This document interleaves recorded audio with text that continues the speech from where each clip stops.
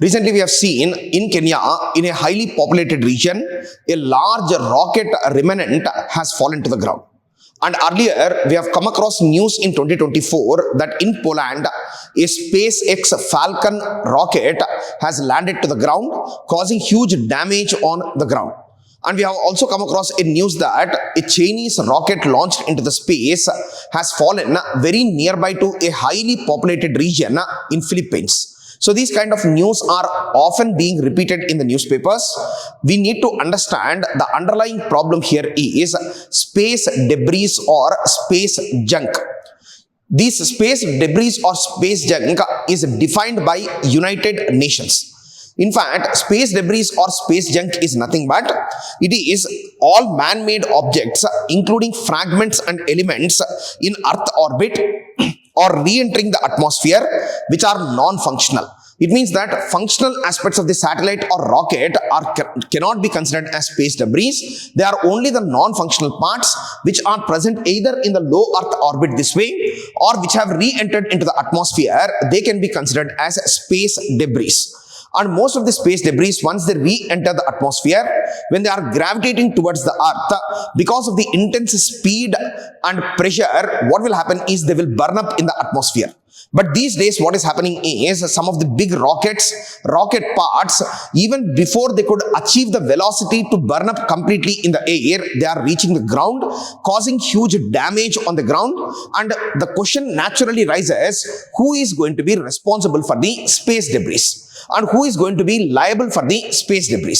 When it comes to the international liability for space debris, there is a convention which is called as International Liability for Damages Caused by Space Objects, which has been passed in the year 1972. But this is going to cover only space objects but not space debris. Space objects means only the functional parts of the space and rocket are covered under the liability, but not space junk. That is one important problem that we have right now. Then over and above this, the Outer Space Treaty of 1967, which is a very important treaty when it comes to governing the international space. So when it comes to the Outer Space Treaty, it states that the country from which a rocket or satellite is launched is responsible for all the liabilities caused by the rocket or the spacecraft, irrespective of whether it is launched by the government or private sector. The government is going to be held responsible with an absolute liability, which means that there is no need for us to prove that the government has been negligent. There is a concept of absolute liability. If any damage is caused by the space object on ground, then automatically it will come under absolute liability under the Outer Space Treaty of 1967. So, in fact, earlier the liability is being considered only for space objects but not space junk. But the Outer Space Treaty opens up it further and it says that the nation is going to be responsible for causing or for liable for all the damages caused by the space objects. Now, if we have a look at it, of late, many private sector entities have entered into the space market, particularly Starlink program of SpaceX. Then many other such programs are launching numerous satellites into the space. Right now, the Starlink program of SpaceX already has nearly 7,000 satellites in the lower Earth orbit, and it is planning to expand it to 34,000 satellites. In fact, finally, there might be no space in space. Okay, that is one peculiar situation that is going to come up. Then in competition to SpaceX, the European private space launching agencies are also launching numerous satellites of their own, in fact leading to crowding effect in the space. So because of which reason, what kind of solution should be thought of? If you look at the solutions that can be thought of, first and foremost, the important solution is, rather than permitting the space junk to fall to the ground, at the end of the life cycle of a spacecraft, we should push it into the junkyard, okay, or junkyard or the graveyard orbit. There is an orbit around Earth which is called as graveyard orbit, and we have to push the satellites into this graveyard orbit and leave them there. That is one possible solution that we have.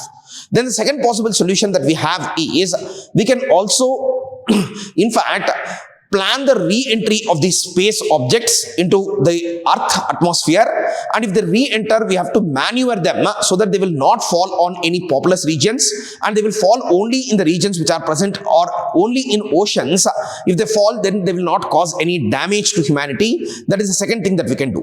And the third thing that we can do is, in fact, we can develop spacecrafts with debris mitigation strategies. It means debris mitigation strategies means what?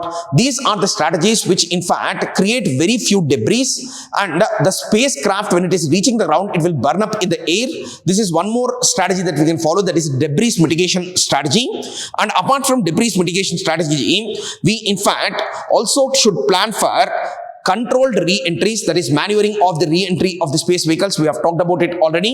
So this way there are need for multiple regulations, and over and above this, even if the spacecraft enters the Earth atmosphere and burns up in the air, it is leading to aluminum oxide residues. So when it is burning up in the Earth atmosphere, what is it doing?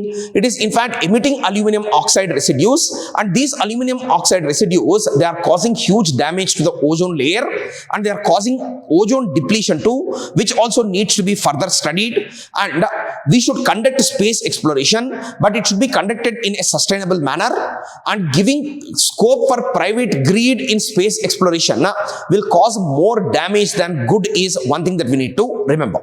Competitive exam సంబంధించి, ప్రత్యేకంగా civil services exam సంబంధించి ఏ option choose చేసుకోవాలి, preparation ఎప్పుడు start చేయాలి, ఏ books refer చేయాలి, ఇలాంటి doubts ఉంటే CSB-IAS అకాడమీని contact అవ్వచ్చు. దీనికి సంబంధించి నా పర్సనల్ అపాయింట్మెంట్ ఈ వీడియో పైన డిస్ప్లే అవుతున్న కాంటాక్ట్ నెంబర్కి ఫోన్ చేసి తీసుకోవచ్చు.